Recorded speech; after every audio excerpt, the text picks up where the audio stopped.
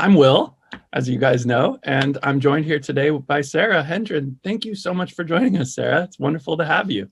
It's great to be here. Thanks for including me. It's good to see you. Absolutely. Are you calling in from Boston today? Yes, in Boston today, rainy Boston in late November. Yeah. How's the semester going?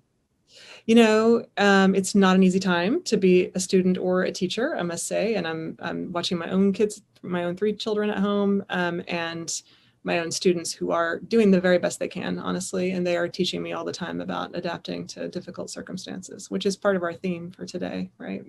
Yep, that's what it's all about. Well, I wish I was like late night TV and I had that, the big version of the book I could hold up in front of the screen, because I've been just absolutely immersed in it for the last several weeks now. I go back and I read and I reread. You have this wonderful new book called What Can a Body Do? Congratulations, first of all, on that. Thank you. Thank you. It's a long labor. It's really an achievement. How long have you been working on it? I think, well, it was like a glimmer in my eye, probably in the summer of 2015, something like that.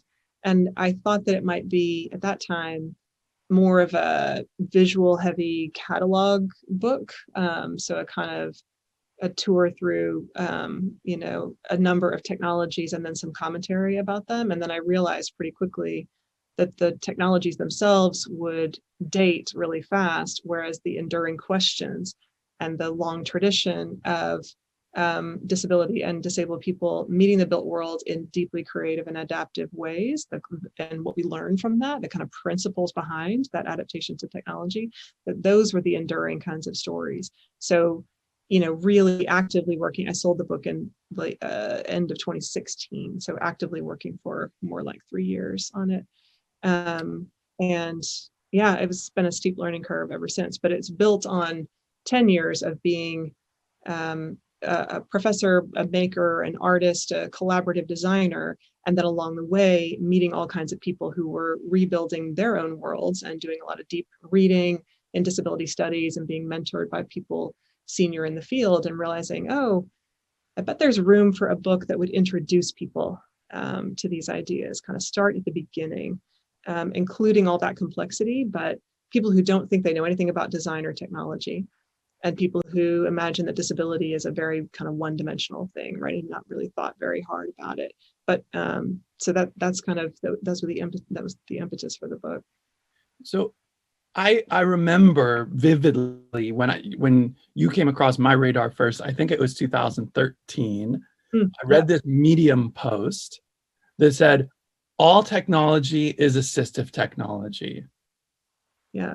And I guess now that I've been working in this field for so long, it feels kind of obvious, but it blew my mind at the time. And I think it blew a lot of people's minds. You had this blog called Abler, and you were writing about assistive technology kind of in a way that no one had before. Anything from, a glove to a chair is assistive technology. Suddenly it just really expands your mind and makes you think of it all very differently.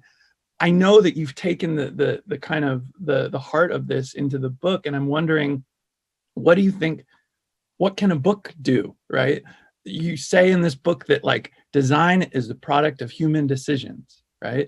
What decisions do you hope people make after they read your book? Yeah, well, and the thing that you're describing there, that all technology is assistive, I mean, a lot of that is fed by what I was taught, right, by reading disability studies too, and that other kinds of scholars had said that kind of thing in a different, kind of way, but deep in the scholarly fields. And I really wanted to make a strong claim in that kind of first on Medium, and then Wired approached me to reprint it there, which was a dream for me, because when I started blogging, that was the audience that I really wanted to reach. In other words, I am a parent of a 14-year-old now with Down syndrome. And when he was born, I was ushered into a whole community of people who shared my same interests and loves and concerns, right, for the future of people with Down syndrome. But it was so clear to me right away that what I actually needed was a culture that was also ready and willing to build a world in which his kind of variation on normalcy could also thrive. And if you want to build a culture that also has its kind of sights set widely on who belongs and who counts and who can flourish, well, then you need to find lots and lots of languages and terms and frames for people to enter into that conversation. Do you see what I mean? So it was really important to me to blog about technology precisely for that Wired magazine reader, to say what you think is the story of disability and technology is only high-tech prosthetics and, like the sort of latest invention for replacement parts. But I promise you that the world of the way disability and design meet each other is infinite and vast, and it goes back a lot of years, and it includes what happens in our laboratories and in code, but it's also the tinkering that people do in their living room, and it's the refashioning at architectural scale, it's systems and streets. And when you see all of those different scales of technology and design working together, then you start to think, oh, not only is design really multiple and varied, and boy, does it blow our minds to think like, what are all the ways that the built world is teaching us something about human bodies, but also, yes, this idea that what is technology at all if not giving us help. And that Medium post that became that piece at Wired, All Technology is Assistive, was meant to do what words can do best, which is to reframe something that we think we know, right?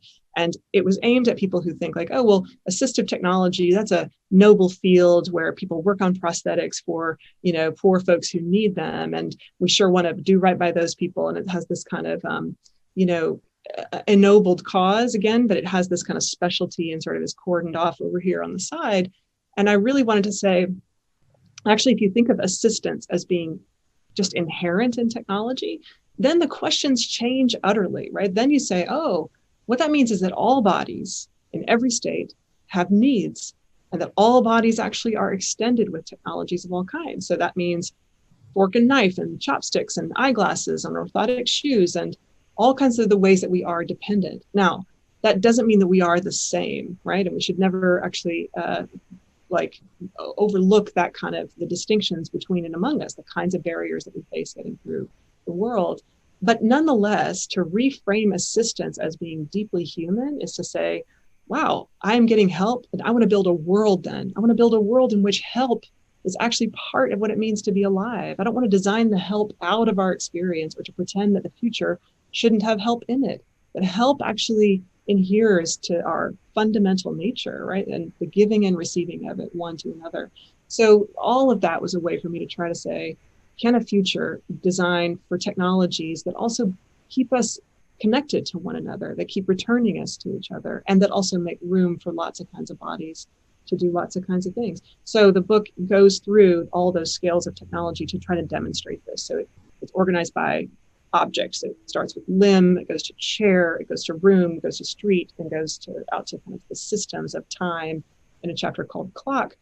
And all of that, it's like a journalistic kind of sweep through people who are using prosthetic limbs, but people who, the histories of adaptive furniture and universal design, to architecture for deafness and deaf space, to the history of curb cuts, all of this like deeply creative tradition where disability meets the design of the built world, so that every reader can see themselves in that story, right? That story where assistance is needed and creatively designed or redesigned.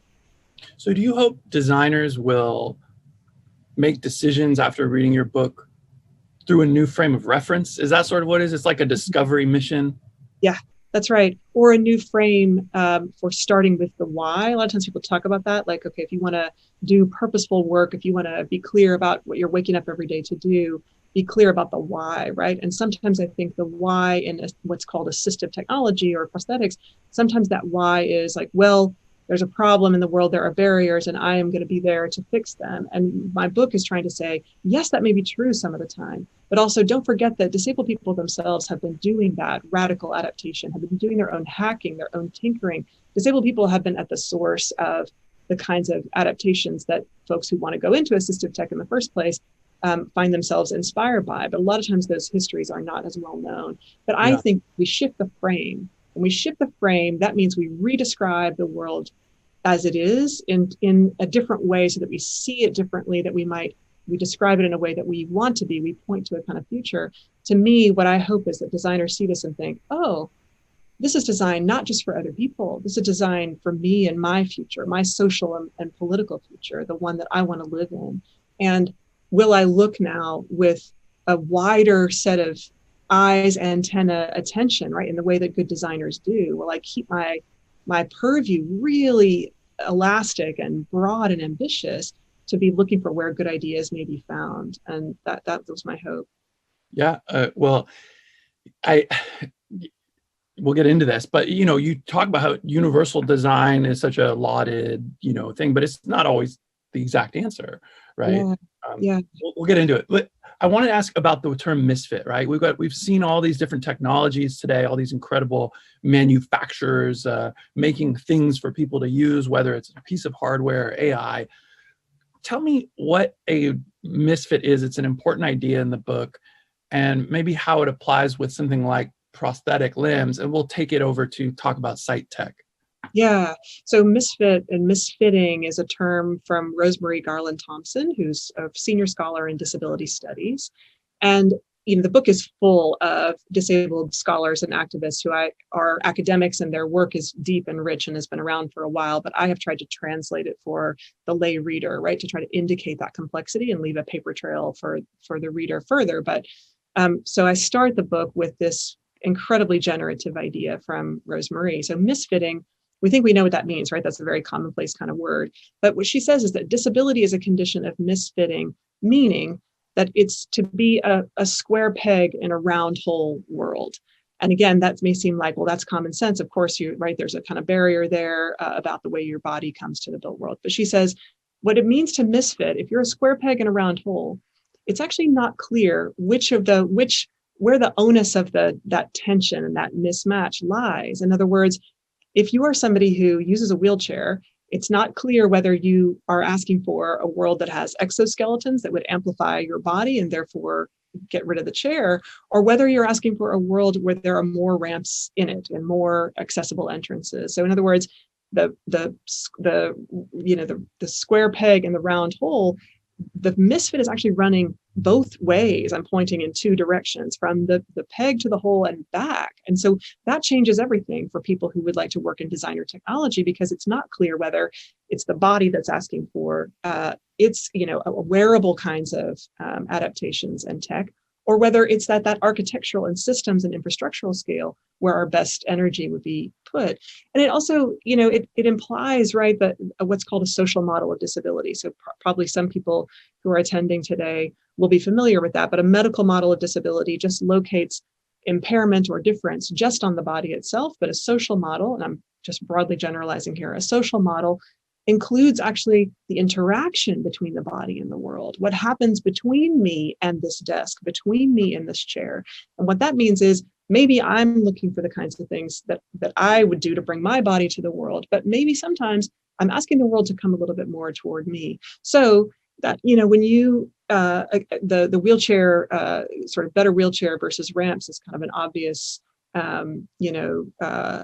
example. But also, Rosemary herself would say that her iPhone is, an incredibly adaptive object because it comes out of the box equipped for speech to text, for example, and the kind of deep understanding of natural language processing that had to go into making that, the fidelity of that, quite strong, so that she herself, Rosemary, who has really atypical hands and fingers, could use that machine, easily. That in other words, that machinery walks a little bit more toward her, and she's used to a life in which she brings her body to her laptop in her adaptive ways. But in that mobile device, that's the world walking a little bit more toward her. So it's an important dynamic to consider when setting out to build something. Yeah, what is the difference between, you talk about these like complicated high-tech prosthetics that are made for people, and then they turn out to be too heavy, not practical, and people end up using like zip ties to open their drawers, right? Like, what does that say about the technology we design for people, especially in the sight space? What's the difference between a technology that like tries to restore a previous faculty, or a technology that just creates a new one altogether? Are the two mutually exclusive? Is this something designers should be considering when they're looking at this stuff? Yeah, and just to orient readers, I mean, we meet like 5 characters in this limb chapter, one of whom uses a super high-tech myoelectric arm, a couple of whom actually use much more homemade, both of them, all these folks are either acquired amputees or born with one limb, one arm in one case. And the technology that they use is quite varied. So in one case, that high-tech arm, in a couple of other cases, folks using much more rudimentary, kind of dollar store adaptations and tinkering to get their lives done. And that none of that comparison is to say that one is wrong and one is right. One is better and one is, sort of worse. That high tech is always transformative and low tech is not, or vice versa. That all of the, whenever we keep our antenna really wide, as I was saying before, then we just see that assistance and adaptation and the replacement for the replacement things that matter will. So it's like, what is it that people are trying to get done? What is a desirable life for them? And does that involve, in the sight case, restoring sight where it had been lost? Or does it, in their case, have to do with adapting to the world in that kind of square peg round hole way so that people can get more of the things done that they would like to do? In other words, it narrowly focusing on a predetermined idea of what fixing and cures and solutions would look like might actually preclude us from arriving at solutions that are ready to hand and that may be more incremental or transformative in some people's lives that we haven't thought of before. Yeah. So in the case of sight, right, none of this again is to romanticize what it's like to lose a faculty that you once had, for example, or to say that it's wrong somehow to want to restore sight. I mean, I'm for all that science, and so far people wanted technology in the same. But my book and my work and just learning again for the last decade has taught me to look really closely, and good designers always do, at what it is that people are saying they are trying to get done in ways that are meaningful to them, that do that work of bringing them back into connection with one another, that smooth the path where there are barriers or hurdles, where certain kinds of capacities come to the fore. Now, as you said, like is repairing, a loss mutually exclusive from creating new faculties? No, I don't think they're mutually exclusive at all. And in fact, I often say to people, to young students, for example, who are starting out in engineering, have you ever observed a blind person listening to their email? I'll say, and my students, I think, are always quite amazed to hear, for example, the deeply adaptive speed at which the folks who I know, my blind friends, the way they listen to their email. And I try to challenge students to think in terms of both assets and challenges. So the body is always adapting, seeking its new possibilities, collapsing and recombining its faculties. So let's think about where we would design for those kinds of spaces. And also, we can be in pursuit of fixes and cures at the same time when they're wanted. Yeah, I think of like if you for someone a big CCTV with a nice big screen and a moving tray might be the best way to read a label that they're trying to read, and for others it could be as simple as cupping their hand over their eye to reduce glare. It's understanding the malleability of solutions, right? Like, yeah, that's right. And what you just described, Will, I think a lot of times designers in a laboratory or engineers in a laboratory setting would miss the ethnographic kind of interview that you would need to do to see what you're talking about, the cupping your hand over your eye, right? That if you're doing, it's not like you have to do it for months and years on end, but if you're doing just a good human-centered design process, then you are not just asking people surveys about the tech that they want to see in the world. You are observing, that's what I mean by assets and challenges. You're observing them doing their life, which is always going to be adaptive. So then you're asking, that's interesting that this behavior, this cupping over the eyes is the way that, that's the adaptive kind of form for, near-term sight. Or like my grandmother-in-law, she's 100 now, has glaucoma and macular degeneration both, and all the years that she spent tying strings around her different jars, in her kitchen to stay mobile in her kitchen for a long time, in all the ways that she was always adapting, right? So what are people doing already? And what are then they asking for to both build on those assets and also address challenges? We've talked, you mentioned the word culture earlier, and, you talk about in the book how oftentimes things are designed less about function and more about culture. And you use a chair as an example. Yeah. And I'm wondering, what are some things about, site culture that maybe limit or have informed the designs that we see today around assistive sight technology, right? Well, I would actually like to hear your answer to that question, Will. I will just say, I think you and I share, the kind of an interest in what happens in design cultures that take on sight tech, and that too often gets kind of shunted toward the cane and the idea of a cane that will outpace or some other tech that will supersede the cane, under the preconditioned idea that the cane is somehow an albatross, or the cane is the problem, or the cane is too low tech, or whatever. And it was Georgina Klieg who really taught me about what an elegant machine the cane is, precisely because of all that adaptation of the body, right? Because she is using it as one in a multi-sensory organ of her body and her learned way of thinking about the olfactory sense that she uses to go through her neighborhood. And she remembers, oh, this is where the Thai restaurant is, which means the bakery I'm looking for, is a few blocks down. And the way that the cane is doing a kind of public work for her too, in terms of alerting other people to her presence. And so that seems to be like one of those tropes where people go like, oh, surely it's going to be better if we can get rid of this cane, or we can trick out this cane with all kinds of smarts. And it seems like that's in a lot of cases ill-advised. But what is your observation? Well, I will never forget when I read the article you wrote in the Atlantic where you said the cane was elegant. And as someone who had been using a cane for only a year at that point, I was like shocked and so relieved to be reading something written by a sighted person, a non-cane user, who genuinely thought the cane was elegant. Yeah. And I was like, it was like a freeing, right? Because there is such a drive in the assistive tech world towards replacing our canes.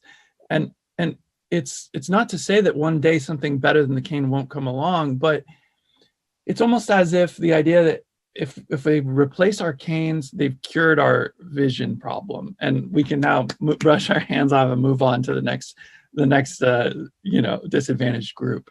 Right. So I definitely have some issue with that. Like, let's not fix a tool that's not broken. And so that's a cultural thing for sure. Also, I think, there's a real question as to whether or not all your sight solutions should be head mounted. I think I personally think that it makes sense if you're if you were born with sight, it's intuitive to use your face to direct a prosthetic to see. But I know many others who think, why does it have to be on my head? Why can't it be in my hand or on my chest or on top of my head, or I don't know, you know what I mean? These are just cultural paradigms, right? One good analogy, I think, is deaf space at Gallaudet University, and that's in the room chapter of the book, but and all over the internet, people can read about it. But that's where, right, one sense of hearing is not only not looking to be fixed and replaced, but that an architectural, environmental kind of system could be designed around that condition, so that the widths of doorways, the color schemes used as a background for visual language, the use of light, the use of resonant materials, all of those things are not at the side of the ears, right? They're not even at the side of the body itself, but they're at the side of the environment. And so it's an invitation, I think, to do the most creative work we can do and to think beyond our kind of one-to-one equivalence, just like you're saying. Maxine Green has this idea called social imagination. Yeah. Right. Yeah. Tell me why, what that means in the context of this discussion we've been having. What can we learn from this idea? Yeah, I think so. Green was writing as an aesthetic philosopher about the magic that happens between more than one person in the presence of an artifact, like a painting or a dance or a sculpture or something. And she says that when two people are talking about that artifact and kind of thinking it over and making sense, she says, thinking as if things could be otherwise, right? Otherwise than they are, that the kind of deep imagination that's happening that is also deeply social.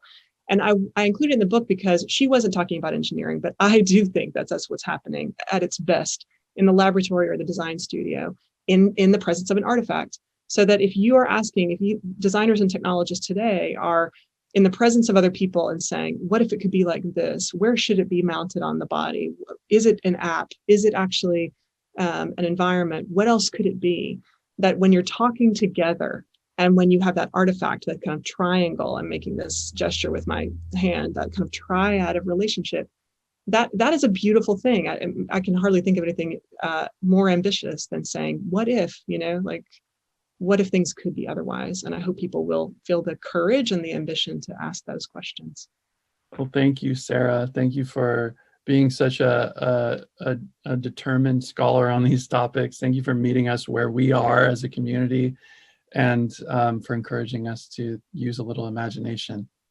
Thank you. Pleasure to be here.